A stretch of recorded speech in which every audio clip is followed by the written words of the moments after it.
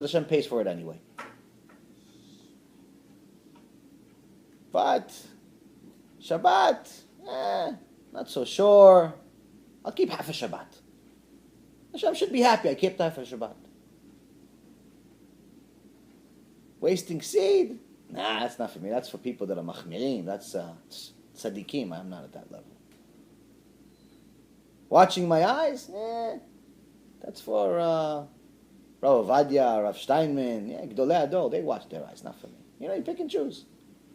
Netilat Yadayim, that's I can do that. Netilat Yadayim, I can do Netilat Yadayim. Even when I get out of the bathroom, I do Netilat Yadayim. And you pick and choose. Hashem says, you treat me with casualness. You make a joke of my Torah. You think it's a choice to keep all the mitzvot. For that, it's a separate punishment. Violating my Torah is one punishment. Treating it with casualness is a completely separate punishment.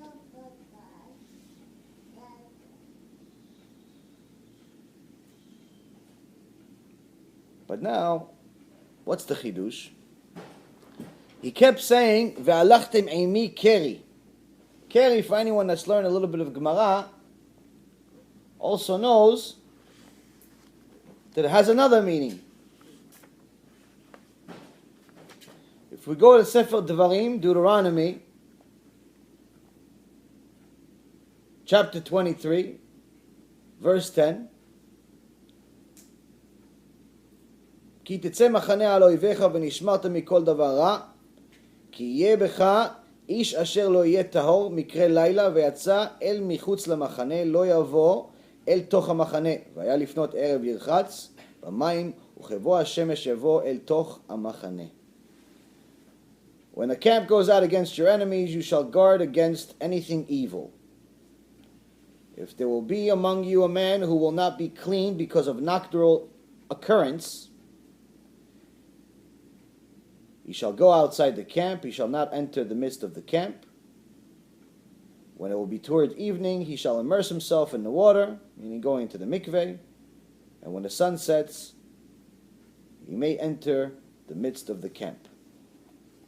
So nocturnal occurrence, meaning a seminal emission, is also called keri, Baal keri, someone that has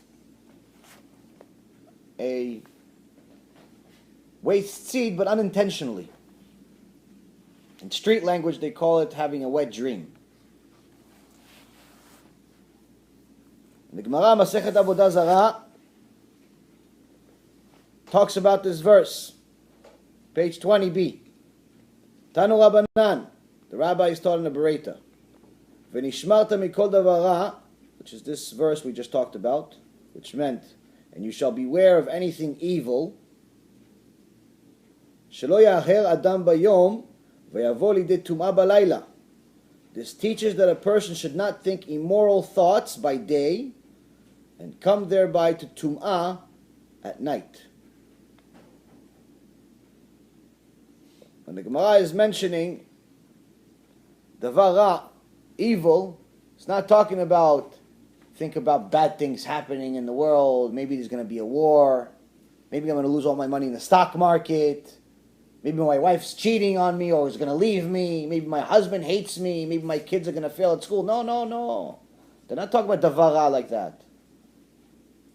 Davar ra, Chazal says in the Gemara, he's talking about, thinking about something erotic, inappropriate. Why? Because he didn't watch his eyes. When he didn't watch his eyes, of course he's going to think of something erotic at night.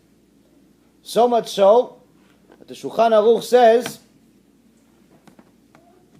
or the Mefarshim on the Shulchan Aruch say, better said, if someone has an erotic dream, even if the woman in his dream is his wife,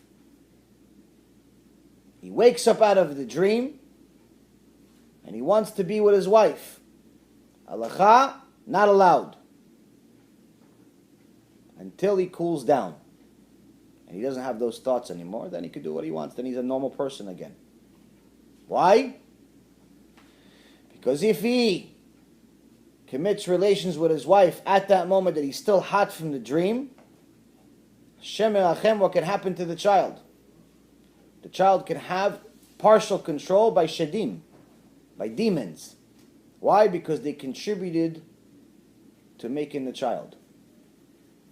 Which, by the way, just so you know, according to Chazal, every single woman you see in your dreams, including if she looks like your wife, is actually no one less than the Satan's wife herself.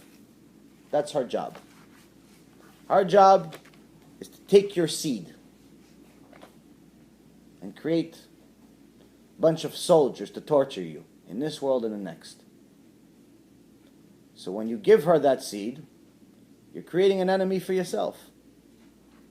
This is kind of scary. It's just the beginning.